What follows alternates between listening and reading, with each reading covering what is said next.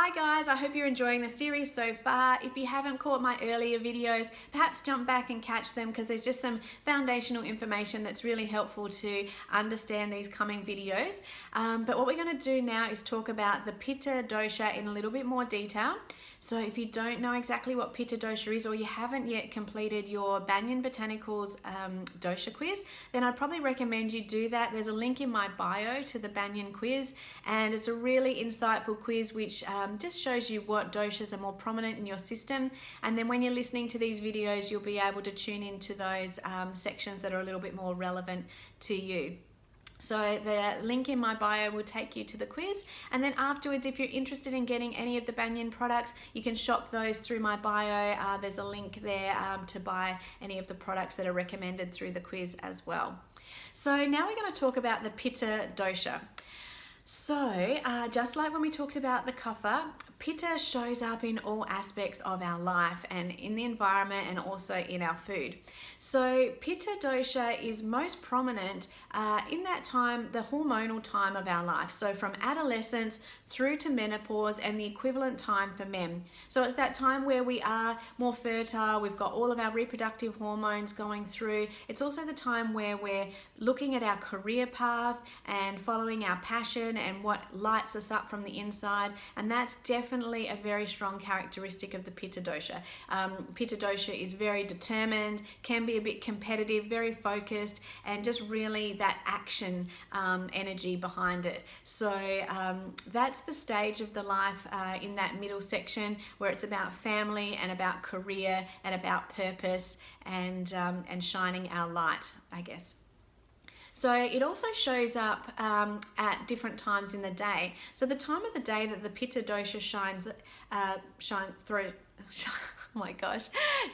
up is through that lunchtime of the day. So we talked about Pitta being so important for our digestion, and in order for us to digest our food and just absorb those nutrients that we need from our food, we need a really strong digestive fire. So Pitta naturally increases at that middle time of the day between 10 a.m. and 2 p.m. in the afternoon, and then also in the evening, so from 10 p.m. to 2 a.m. in the morning. So Pitta is going to be dominating in those two times, but two different functions are going to be taking place. So Pitta is very closely related to the liver, the gallbladder, the blood, the skin, also the eyes, and the small intestine and the digestive juices. So in the lunchtime during the day, the most appropriate activity to pacify Pitta is to feed it.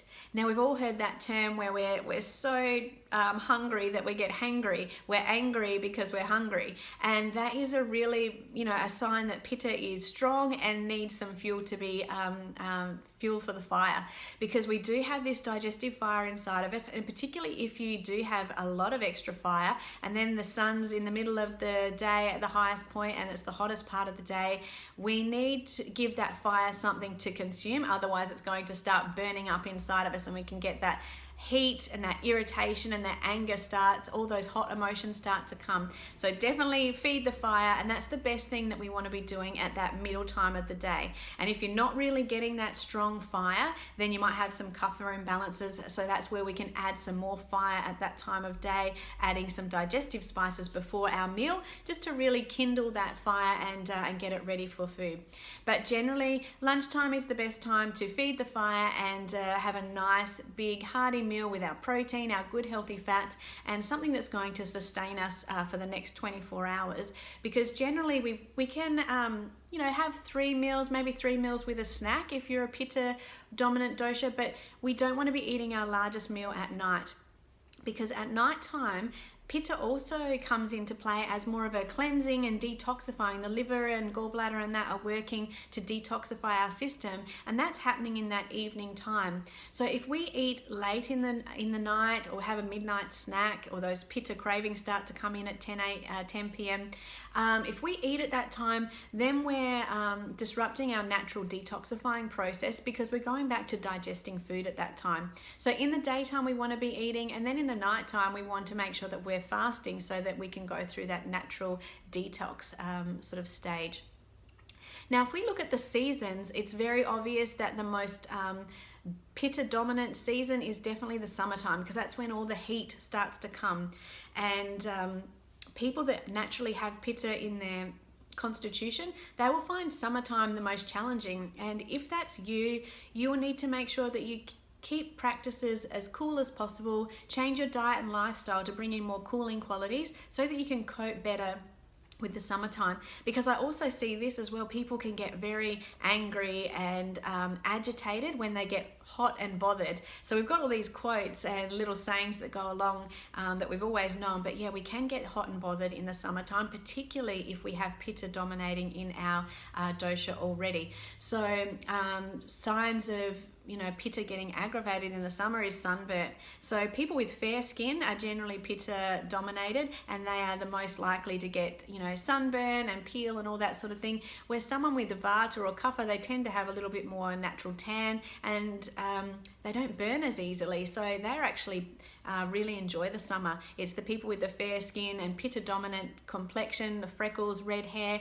that they naturally more prone to sunburn. The glare irritates their eyes, and they can get a little bit more agitated when that heat. They need a really nice cool place to get out of the direct sun and into the shade.